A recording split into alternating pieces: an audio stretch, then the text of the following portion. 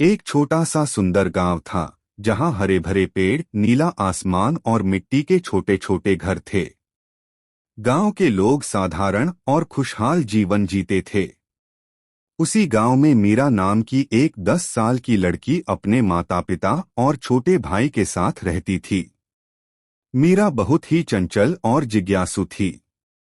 उसे नई नई चीजें खोजने और गांव के कोनों में घूमने का बहुत शौक था।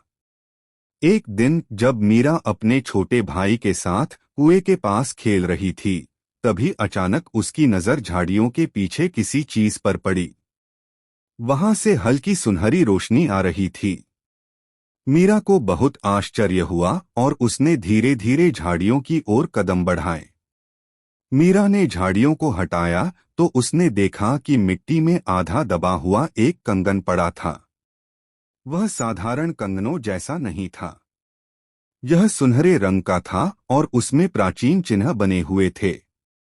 जैसे ही मीरा ने उसे उठाया, उसे ऐसा लगा जैसे उसके चारों ओर एक हल्की चमकदार रोशनी फैल गई हो। मीरा ने कंगन को ध्यान से देखा और उसे अपने हाथ में पहन लिया।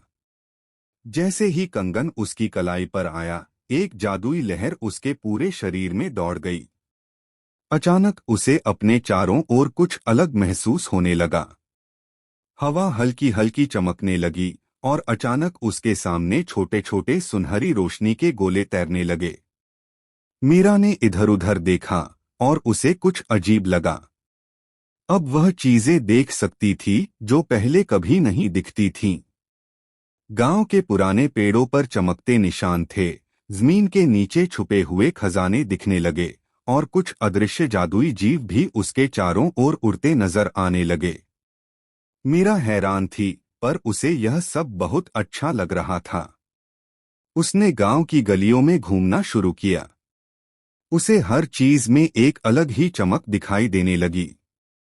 यह कंगन कोई साधारण गहना नहीं था, यह तो किसी पुराने जादू का हिस्सा था। जब मीरा गांव के सबसे पुराने पीपल के पेड़ के पास पहुंची, तो वहां एक बुजुर्ग औरत खड़ी थी।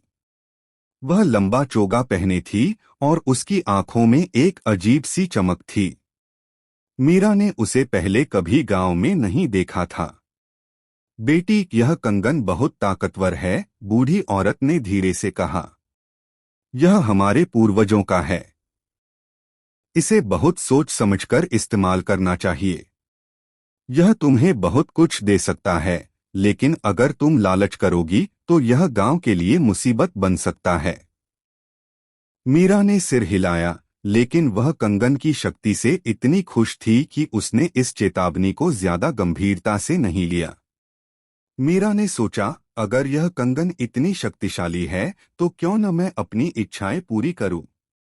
उसने धीरे से मन ही मन कुछ मांगा, सोने के सिक्के। और अचानक उसके सामने एक टोकरी में सोने के चमचमाते सिक्के प्रकट हो गए। मीरा की आंखें चमक उठीं। उसने आगे और चीजें मांगनी शुरू कर दी, मीठी मिठाइयाँ, सुंदर कपड़े, खिलौने। हर बार उसकी इच्छा पूरी हो रही थी। अब मीरा को लगने लगा कि उसके पास दुनिया की सबसे बड़ी ताकत है। लेकिन वह यह नहीं जानती थी कि उसका लालच धीरे धीरे गांव के संतुलन को बिगाड़ रहा था। जैसे जैसे मीरा और चीजें मांगती गई, गांव में अजीब घटनाएं होने लगीं। अचानक आसमान में काले बादल छा गए। तेज हवा चलने लगी, पेड़ हिलने लगे और गांव में हलचल मच गई। लोग डर गए, बच्चे रोने लगे और पशु भी अजीब तरह से व्यवहार करने लगे। मीरा घबरा गई।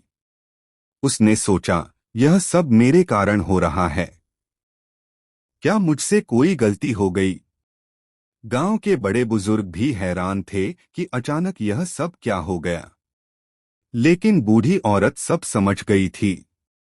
वह फिर से मीरा के पास आई और गंभीर स्वर में बोली, बेटी, अब तुम्हें अपनी गलती सुधारनी होगी। यह कंगन तुम्हारे लालच के कारण गांव को नुकसान पहुंचा रहा है। अगर तुम इसे नहीं हटाओगी तो यह तबाही लाता रहेगा। मीरा अब सब कुछ समझ चुकी थी। उसने बिना देर किए कंगन उतारा और वापस उसी जगह पर रख दिया जहां से उसे मिला था। जैसे ही कंगन मिट्टी में गया, उसकी चमक धीरे धीरे फीकी पड़ने लगी।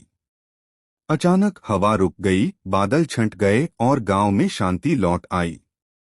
गांव के लोग फिर से चैन की सांस लेने लगे।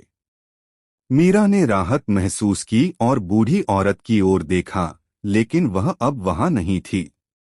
वह हल्की सुनहरी धूल में बदल चुकी थी और धीरे धीरे हवा में घुल रही थी। मीरा वापस अपने छोटे भाई के पास गई और उसके साथ खेलने लगी। अब उसने सीख लिया था कि सच्ची खुशी जादू से नहीं, बल्कि सच्चे दिल और मेहनत से मिलती है। उसने मन ही मन वादा किया कि अब वह कभी भी लालच नहीं करेगी और हमेशा समझदारी से काम लेगी। गांव पहले की तरह शांत और खुशहाल हो गया। दूर कहीं हल्की सी रोशनी चमकी, जैसे कि वह बूढ़ी औरत मीरा की समझदारी से खुश होकर उसे आशीर्वाद दे रही हो।